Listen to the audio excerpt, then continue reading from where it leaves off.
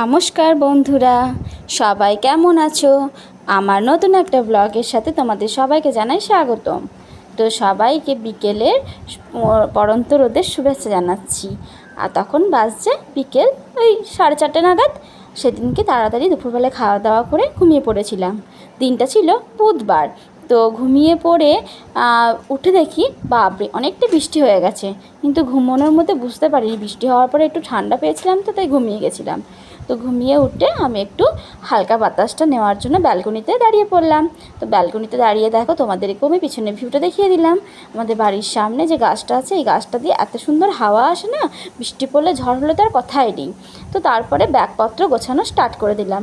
কিন্তু ব্যাগ গোছাচ্ছি কেন, আর কেনই বা তাড়াতাড়ি ঘুম থেকে উঠে আমরা রেডি হব, এই সমস্ত কিছু তোমরা ভিডিও চলাকালীন কমপ্লিট করলেই দেখতে পারবে।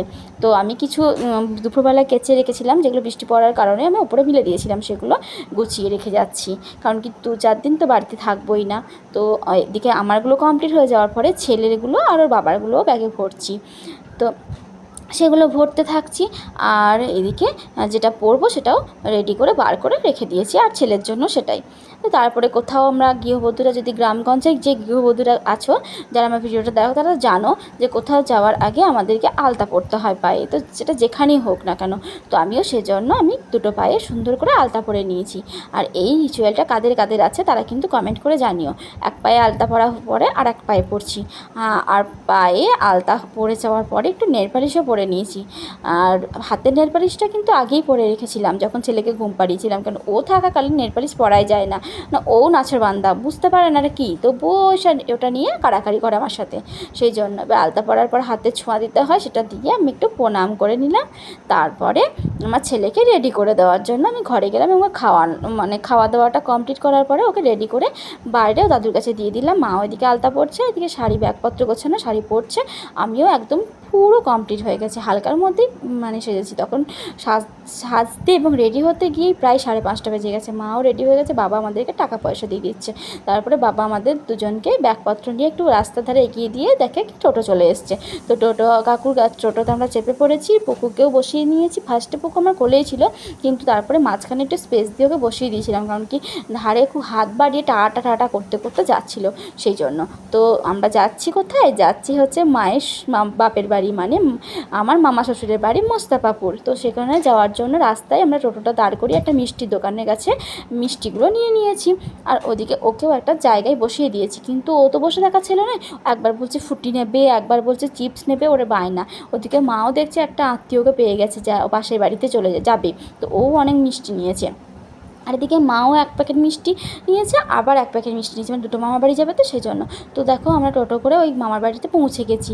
আর সামনে দেখো লাইটিংয়ে গেট, দেখতেই পাচ্ছ। এবার তোড়জোড় শুরু হয়ে গেছে, প্রায় 4-5 দিন ধরে শুরু হয়ে গেছে। আমরা গিয়েছিলাম পূর্ণিমার আগের দিন, সেদিন থেকে পুজোটা আরও একটু জমকালো হয়, খাওয়া দাওয়ার পর্বটা বেশি থাকে, সেই জন্য। তো প্রত্যেকটা বাড়িতেই কিন্তু খাসি কাটা হয়, আর অনেক লোকজন থাকে। আমাদের মামার বাড়িতেও অনেক লোকজন থাকবে, তো সেই জন্য এত তোড়জোড় করে আমরাও চলে এসেছি।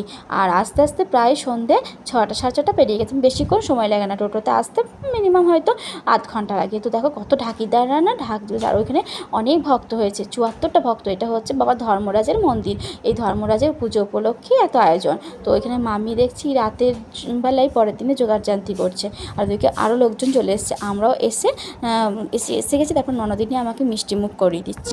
জল মিষ্টি খাওয়ার পরে আমি একটু ড্রেসটা চেঞ্জ করে নিয়েছি। তারপর ওদিকে মামির সঙ্গে হাতে পাতে একটু কাজও করে দিয়েছি। তারপর ও এত গরম করছে, ছেলেকে সমস্ত কিছু ছাড়িয়ে দিয়েছি। আবার ননদরা দেখো সব সাজুগুজু শুরু করে দিয়েছে। খাওয়া দাওয়ার পরে ওই যে ছোটো ননদিনী বড় ননদিনী সব সাজুগুজু করেছে, আমিও একটু হালকা করে সেজে নিয়েছি। তারপরে বেরিয়ে গেছি গ্রাম ঘুরতে, যেখানটাতে আর কি অনুষ্ঠানটা হবে, পুজোগুলো হবে সেখানে। ওই যে পুকু ওর পিসিমণিকে পেয়ে গেছে, পিসিমণি হাত ধরে যাচ্ছে। দেখো ফুটপাতে কিছু দোকানপাট বসেছে, আর কিছু মেলাও বসেছে। মেলা কিন্তু খুব একটা বড় বসে না, এখানে ওই 4টে মতো বড় দোকান হয়, আর ফুটপাতের দোকান হয় হয় 4-5টা মতো, আর খাবারের দাবারের দোকানও হয় 4-5টা মতো, এরকম করে হয়তো গোটা 10টা দোকান আছে। তো এইভাবেই একটুখানি জায়গার মধ্যে মেলাটা চলছে। আর জাম্পিং রয়েছে, নাগরদোলা হিসেবে সেরকম কিছু নেই গো। দেখো সবাই কিন্তু যারা বেড়াতে এসছে সাজুগুজু করে সবাই মন্দিরের সামনে জমায়েত হয়েছে। এখানে এখন কি হচ্ছে, এখানে হচ্ছে এখন এটা হচ্ছে এটা ধূপবান। তো এরপরে খারাবান হবে, মানে 74টা ভক্ত একটা একটা করে খারাবান করতে অনেক টাইম লাগবে এবং ধূপবান গুনতে। তো এটা হচ্ছে খারাবান। এখানে পুরো ভক্তদেরকে ওই ভেলার মধ্যে শুইয়ে বুকের মধ্যে একটা হাঁড়ির মধ্যে তোমার গঙ্গা জল দিয়ে দেয় আর আমের শাঁখা দিয়ে সেই জলটা ছেটাতে ছেটাতে ওই একবার করে ওই অতটা নিয়ে যাবে আর নিয়ে এসে দোলা দিয়ে নামিয়ে দেবে। তো এইভাবেই এটা হচ্ছে খারাবান পালন করা হচ্ছে। তো এইভাবে একটা একটা করে ভক্তকে খারাবান করতে করতে প্রায় 8:30 বেজে গেছিলো। তো আমরাও অনেকক্ষণ এখানে কাটানোর পরে আবার একবার বাড়ি গেছিলাম 8:30টার দিকে। তো 8:30টার দিকে বাড়ি গিয়ে মামি বললো অনেকক্ষণ তো খাওয়া দাওয়া হয়নি, তাই মুড়ি টুড়ি কিছু খেয়ে নিয়ে আবার নতুন অন্যভাবে রেডি হয়ে আবার আসা যাবে, সেজন্য আমরা বাড়ি চলে গেছি। আর এর তো যেখানে যাবে সেখানেই ওর হচ্ছে মানে বদমাইশি শুরু হয়ে যাবে, ওখানেও শুরু হয়ে গেছে। তো ওখানে গিয়ে ও ঢাকে নাচছিল। তো তারপরে ওকে একটু ঘুম পাড়িয়ে দিয়েছি, দেখো পিছনে ও ঘুমাচ্ছে। আর তখন প্রায় 9:30 বেজে গেছে, আমরা আবার একবার রেডি হয়ে গেছি যাওয়ার জন্য। তো আমরা রেডি হয়ে যাচ্ছি এবার ধূপবান দেখতে, মানে খারাবানটা এতক্ষণ কমপ্লিট হওয়ার পর একটু রেস্ট হয় তবে। আর অন্যদিনই আমার ভিডিও করা দেখে হাসছি, এটা হচ্ছে ধূপবান। ওই ওপরে বাঁশের ওপরে একটা মাচার মতো করা আছে, ওখানে দুজন থাকবে, নিচে যে ভক্ত তার পায়ের মধ্যে গামছা বাঁধে মুখটা নিচের দিকে করে ওই ধূপবানে যেটা আছে সেটাকে ওকে মানে গ্রহণ করতে হবে। তো তারপরে ওই সব কিছু শেষ হয়ে যাওয়ার পরে সবাই ঢাকের তালে নাচতে শুরু করে দিয়েছে। শুধু যে ভক্তরা নাচবে তা কিন্তু নয়, অন্যান্য যতজন আছে ক্লাবে সবাই নাচবে। আর দেখো মেয়েরা কিন্তু সুন্দর করে শাড়ি পরেছে, সেদিনকে অনেকে উপবাস করেছে। তারপরে রাত্রি 11টা প্রায় বেজে গেছে আমাদের ওগুলো দেখে আসতে। রাতে ড্রেস চেঞ্জ করে মামি খাবার দিয়ে দিয়েছে, খেয়ে নিয়েছি। পরের দিন সকালবেলা উঠে আবার ননদিনী চা করেছে, আমরা সবাই মিলে বসে বসে চা খেয়েছি। চা খাওয়ার পরে মামি সবাই মিলে ওখানে খাসি কাটতে চলে গেছে। আমাদের মামার বাড়িতে 2টো খাসি ছিল, সেই 2টো কাটা হয়েছে। তারপরে আমরা চলে এসেছি তো মেজো মামার বাড়িতে। এখানে আমার দেওরদের সাথে ননদদের সাথে আবার 1 কাপ চা খেয়ে নিলাম। আর ওদিকে ওদেরও জোগাড়জান্তি চলছে। তারপরে মামি রান্না বসিয়ে দিয়েছে সকাল সকাল, প্রায় তখন 9:30 বাজছিল। তখন মামি সমস্ত রান্না বসিয়ে দিয়েছে। আর এদিকে ওর বাবাকে আমি বললাম তুমি ছেলেটাকে ধরো, আর ও জামাইকে গিয়ে ওখানে খোঁচা মারছে ঘুমাচ্ছিল বলে। তারপর আমি স্নানটা সেরে একটা ভালো সুন্দর নতুন শাড়ি পরে নিয়েছি, গরম বলে একটা সুতির ছাপাই পরেছি। তারপর মামি মুড়ি খাওয়ার জন্য সবাইকে জোড়াজড়ি করতে লাগলো, আমরা মুড়ি খাওয়ার জন্য বসে পড়লাম। মাংসটা মুড়ির জন্য কিছু কষা কষা করে নিয়েছিল, আর ঘুগনি ছিল, মিষ্টি ছিল, আর একটা স্যালাড ছিল। তারপরে আমরা খাওয়া দাওয়ার পরে মুড়ি টুড়ি খেয়ে অনেকক্ষণ সবাই মিলে গল্প টল্প করলাম। এদিকে মামি রান্নাবান্নাও সব কমপ্লিট হয়ে গেছে, শুধু মাংসর ঝোলটা বাকি ছিল। তো মামি আরেকটা মামি এসেছিলো, মামির বৌদি, সেই মামির বৌদিটা মাংসর ঝোলটা রান্না করছে। তারপরে যারা নিমন্ত্রিত ছিল তারা সবাই চলে এসেছে, তাদেরকে আগে খাওয়া দাওয়া দেওয়া শুরু করে দিয়েছে। আমি ছেলেকে খাওয়ানোর পরে আমি ওদের সাথে খেতে বসে পড়েছি। আর ওরা যেহেতু সবাই মাংস খাবে, আমি যেহেতু খাই না, সেটা আমি এক পাশে বসেছি। এখানে মামা বসেছে, মা শাশুড়ি মা সবাই বসেছে। তো দুপুরবেলা খাওয়া দাওয়া পরে অনেকক্ষণ ঘুমিয়ে নিয়েছিলাম, কিন্তু তারপরে আমরা আবার রেডি হয়ে নিয়েছি। যে আমার ছোটো ননদিনী সাজুলির মাস্টার। তারপরে আমি একটু রেডি হয়ে 2টো রিলসও বানিয়ে নিয়েছি আর 2টো ছবিও তুলে নিয়েছি। তারপরে আমরা কোথায় যাচ্ছি, আমরা সবাই মিলে বেরিয়ে গেছি চড়কতলায় চড়ক দেখতে। মানে আমাদের এখানে যেমন গাজনে ওই যে শেষের আগের দিন চড়ক হয়, উত্তরী খোলার দিনকে, এখানেও সেরকম হয়। তো এখানেও ঠাকুর ধর্মরাজ বাবা একটা মাঠের মধ্যে যাবে চড়ক করতে, আর একটা ধর্মরাজ বাবার সঙ্গে। তো সেখানে চড়ক করতে যাচ্ছে। আর এখানে শুধুমাত্র কিন্তু ছেলেরাই কামায় না, এখানে মধ্যে প্রায় 20টা মেয়ে, মানে মেয়ে মহিলা বউ সবাই কামিয়েছে। তো সবাই কিন্তু আজকের দিনটাই খুব এনজয় করবে। তারপরে কাল থেকে আবার যে যার মতো সংসার ধর্ম শুরু করে দেবে। সেই জন্য আজকে যত মেয়েরাও আছে এবং যত অন্য ভক্তরাও আছে এবং যত ক্লাবের মেম্বাররাও আছে, আবার পাশাপাশি ছেলেপিলেরাও আছে, সবাই কিন্তু খুব জমিয়ে নাচছে আর নাচ করছে। আর এদিকে আমরা পাশে দাঁড়িয়ে আছি, নাচ দেখছি ওদের। তারপরে একটু মন্দিরের সামনে এসে দেখি এখানে বাবা মন্দির সেট করাচ্ছে স্টেজটা, কেন এখানে অর্কেস্ট্রা হবে, বাউল হবে সেই জন্য। তারপরে একটু মেলাটাও ঘুরে নিয়েছি, কিন্তু মেলাটা ঘুরেছি, অনেক জিনিসপত্র কেনাকাটাও করেছি। আর ছেলে তো জানো নাচের বান্ধার জিনিসপত্র কিনবেই। তো তারপরে রাত্রিবেলায় বাড়ি আসার পর মামি বললো তুমি একটুখানি মাংসের ঝোলটা গরম করে নাও আর নিজে ডিমটা ভেজে নাও। তো আমিও সেজন্য মাংসের ঝোলটা গরম করতে বসিয়ে দিয়েছি একদিকে, আর একদিকে ডিমটাও ভেজে নিচ্ছি। আর মামার বাড়ি গেলে একটু হাতে পাতে তো করতেই হয়, আর অন্য কাজ তো কিছুই করতে হয় না, শুধু খাওয়া দাওয়া, ঘুম আর ঘুরে বেড়ানো, এটা ছাড়া আর কিছু কাজ নেই। কিন্তু তবুও একটু টুকটাক মামি হেল্প করলে তো ভালোই হয় মামিরও। তো সেই জন্য একটুখানি করছে। তখন আমার ছেলেকে ঘুম পাড়িয়ে দিয়েছিলাম, তোমাদের ফার্স্টেই বললাম 9:30টাকে ঘুম পাড়িয়ে তারপর আমরা বেরিয়ে গেছিলাম। তো সেই সমস্ত কিছু শেষ করে আমরা এসেছিলাম। তো ছেলেকে ঘুম পাড়িয়ে দিয়েছিলাম বলে আমি এটা করে তখন বাজছে প্রায় 12:30। আমরা খাওয়া দাওয়াটা সেরে এবার যাবো অর্কেস্ট্রা দেখতে। তো সেই জন্য আগে সবাই মিলে তাড়াতাড়ি খাওয়া দাওয়া শুরু করে দিয়েছি। তো মাম্মি দেখলাম সবাইকে খাবার দাবার দিচ্ছে, আর এদিকে ছেলেগুলো দেখো ওদের তখন প্রায় 2টো বাজে তখন খেতে এসছে। আমরা তখন অর্কেস্ট্রা দেখতে যেতে পারছি না, আবার এসে মাম্মি সব খাবার দিল, তখন বাজছে 1:10। আমরা সবাই রেডি হয়ে গেছি, আমার ননদিদি নিয়ে। আমরা রাস্তা পুরো ফাঁকা, যেখানে অর্কেস্ট্রা হচ্ছে শুধুমাত্র সেইখানটাতেই ভিড় আছে। তো আমরা রাস্তা দিয়ে হাঁটছি, আর হাঁটতে হাঁটতে দেখো আমি যাচ্ছি, মামি যাচ্ছে, ননদিদি যাচ্ছে, সবাই একসাথে যাচ্ছে অর্কেস্ট্রা শুনতে। তখন 1:10-15, আর মামা বলছে চলো এবার একটা করে আইসক্রিম খাওয়া যাক। তখন অনেক রাত্রিবেলা আমরা আইসক্রিমের দোকানটায় ঘোরা পেয়েছিলাম, আইসক্রিম খেয়েছি। আর এই দেখো স্টেজে উঠে পড়েছে মিস দুর্গা, এর নাম হচ্ছে দুর্গা। তো খুব সুন্দর সুন্দর গান গেয়েছে, গানের গলাও সুন্দর, আর ছেলেদেরকে নাচিয়ে কিন্তু ছেড়েছে। এত নাচ নেচেছে ছেলেগুলো, মানে ওরা নেচেও আলছে না, যতটা না গান করে দেবো তো আলবে। তো তারপরে এদের কিন্তু একটা ইউটিউব চ্যানেলও আছে, চ্যানেলটার নাম যেন কি একটা বললো, ভুলে গেছি, যাই হোক।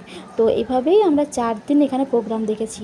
আর এখানে 4-5 দিন এত তোড়জোড় হয়, এটা এখানকার মেন উৎসব।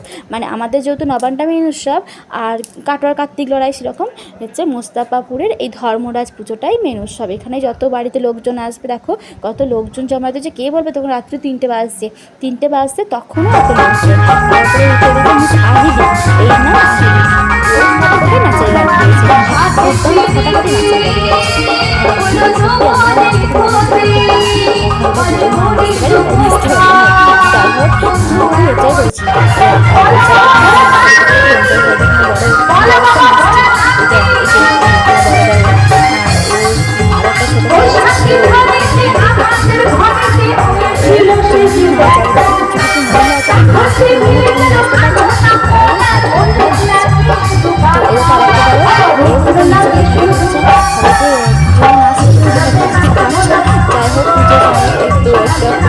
সবাই এনজয় করবে। তারপরে দেখো লাল ড্রেস পরে, এটা আমার হচ্ছে ছোটো দেওর। বাবা নাচের কি বাহার দেখো, বাপরে বাপরে, পা যেমন তো নাচছে, হাত তেমন নাচছে, মাথা তেমন নাচছে, মানে গোটা বডিটাই ও নাচছে। সেদিনকে কোনো জ্ঞানগম্য নেই। তারপরের দিন সকালে ভিডিওগুলো দেখে নিজেও হাসছে। তো এইভাবেই এই 4টে দিন সবাইকে নিয়ে আনন্দ করে কাটিয়ে মানে ফেললাম। তারপরে যখন বাড়ি আসলাম, বাড়ি আসার সময় সত্যিই খুব মন খারাপ করছিল। 4টে দিন যে কীভাবে কেটে গেলো বুঝতেই পারিনি, কিন্তু কী করা যাবে, বাড়িতে আসতেই হবে। তো চলো তারপরে দেখাই তোমাদেরকে অন্য কিছু। তো এত আনন্দের মাঝেও একটা দুঃখের কথা আছে, মানে এই মামার বাড়িতে এলে আর একটা মাঝে মামি শাশুড়ি ছিল, সেই মামি শাশুড়িটা রিসেন্ট কিছুদিন হলো মারা গেছে। তো তার জন্য একটু মনটা খুব খারাপ করছিল। তো পরের দিন সকাল সকাল আবার উঠে স্নানটা সেরে নিয়েছি 9টার মধ্যে। তো তারপরে মুড়ি খাবার বসে গেছে, সবাই মিলে একসাথে মুড়ি খাবার খেতে। তো তোমাদেরকে পুরনো বাড়িটা, এটা হচ্ছে মাদের পুরনো বাড়ি। এখানে মারা 7 ভাই 2 বোন আর দাদু দিদা সবাই মিলে থাকতো। কিন্তু দুঃখজনক ঘটনা হচ্ছে মাদের 5 ভাই মারা গেছে, কেউ না কিছু একটা দুর্ঘটনাতে। আর এটা হচ্ছে মেজো মামার বাড়ি। মেজো মামার বাড়িতে এখনও সম্পূর্ণ কমপ্লিট করতে পারেনি কো, মানে এই মামিটাই রিসেন্ট মারা গেল, মানে 1 মাস হয়তো হবে মারা গেছে। একটা বড় ওই মারাত্মক রোগে, যে রোগে মানুষ বাঁচতে পারে না, সেই রোগটাই হয়েছিল। মানসিক কষ্ট ছিল না, কিন্তু শারীরিক কষ্ট প্রচুর ছিল। মানুষটা নিজে বেঁচেছে মারা গিয়ে। তো তারপর আমরা বাড়ি চলে এসেছি, মানে আরেকটা মামির বাড়িতে, সেখানে গিয়ে সবাই মিলে ভাত খেতে বসে পড়েছি। সবাই তো মাংস ঝোল দিয়ে ভাত খাচ্ছে, আমার জন্য মামি ডিম ভেজে দিয়েছে এবং পোস্ত করে দিয়েছে আর মাছের টক। তো তারপরে ছেলে ও বাবার সঙ্গে দুষ্টুমি করছে।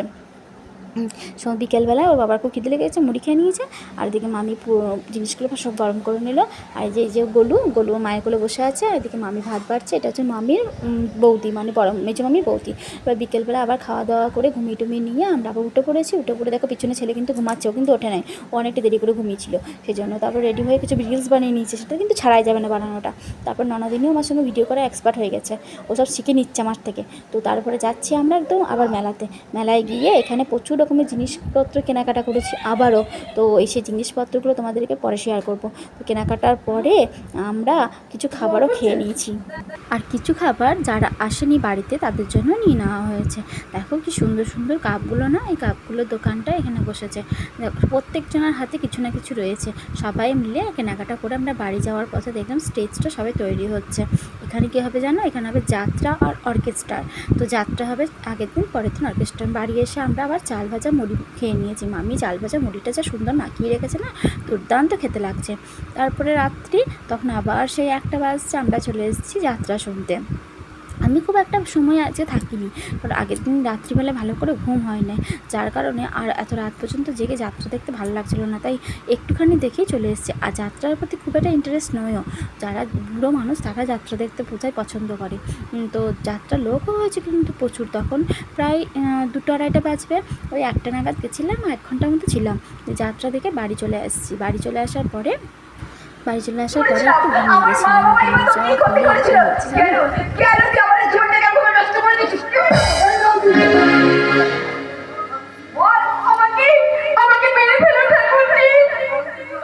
তো এই ছিল যাত্রাপালা। যাত্রাপালার পরে ছিল অর্কেস্ট্রা, মানে পরের দিন সেটা আর দেখতে যেতে পারিনি, কারণ 2 রাত জাগার পরে আর শরীরে দিচ্ছিল না, তার জন্য আর সেদিনকে অর্কেস্ট্রাটা একটুখানি 15-20 মিনিট দেখে চলে এসেছিলাম। ছেলের কাছে গিয়ে শুয়ে পড়েছিলাম। মামিরা সবাই গেছিলো, ওরা সবাই অর্কেস্ট্রা শেষ করে রাত্রি 3-3:30 সময় বাড়ি এসছে, আর তখন আমি ঘুমে বিভৎস কাতর। তো এইভাবেই এই 4-5 দিন মামার বাড়িতে খুব সুন্দরভাবে কাটিয়ে ফেললাম। কাটিয়ে ফেলার পরের দিন তো বাড়ি আসার পালা। এবার মনটা একটু কষ্টও হচ্ছে বাড়ি চলে আসবো বলে, তাই সকাল সকালে একদম রেডি হয়ে নিয়েছি। এখনও সবাই ঘুম থেকে উঠতে পারেনি, কারণ কি রাতে অনেকটা রাত করে জেগেছিলো। তারপরে মেজো মামার বাড়িতে একটু দেখা করে এলাম, যে গুলি খাচ্ছে। মেজো মামা আমার ছেলের হাতে টাকা দিয়ে দিল, আমরা সমস্ত কিছু ব্যাগপত্র গুছিয়ে নিয়েছি, আর একবার টাটা করে দিচ্ছি সবাইকে। তারপরে আমরা বাড়ি থেকে একদম বেরিয়ে চলে এসেছি, আর মামি আমাদেরকে টোটোতে তোলানোর জন্য ব্যাগপত্র নিয়ে একটু এগিয়ে যাচ্ছে। আর কেউ সে পথে ছিল না গো, কারণ সবাই রাত্রিবেলায় জেগেছিলো বলে ঘুমাচ্ছিল। তো আমরা এবার বাড়ির পথে রওনা দিয়ে দিয়েছি, আবার আসবো সামনে বছর। তার মাঝে কোনো সময় আসবো অবশ্যই, কিন্তু এইভাবে 4-5 দিন থাকার জন্য সামনে বছরটাই বেস্ট। তো বাবা ধর্মরাজের কাছে আবার একবার প্রণাম করে গেলাম, আসছে বছর আবার হবে, আর এইভাবেই ধুম হবে। তো দেখা হচ্ছে নেক্সট ব্লগে, টাটা।